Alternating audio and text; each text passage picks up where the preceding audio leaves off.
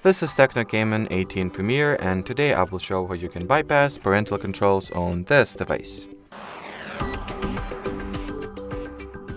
So first step that you need to take is to launch settings, then enter the Google category.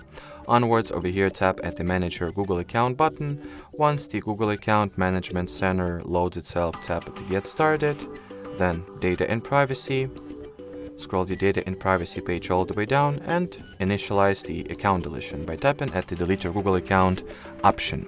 Then, in order to move onwards, we will need to input the child's Google account password, so let me quickly do that off the camera. Then, at the following page, you can finish the deletion like that. And once the account is deleted, so are the parental controls. They should be disabled right after that.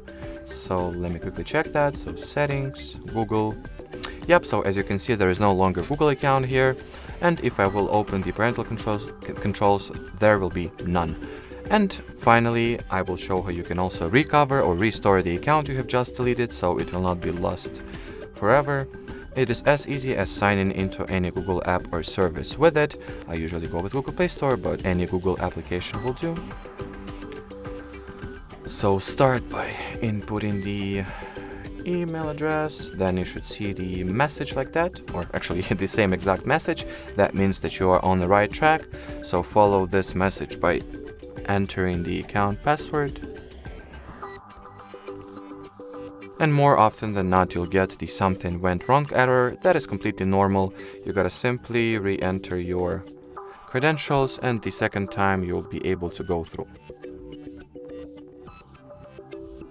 As you can see, I can now continue the login procedure, which can already signal to you that the account is now active, recovered, restored fully, and can be used as normal. So, or as usual.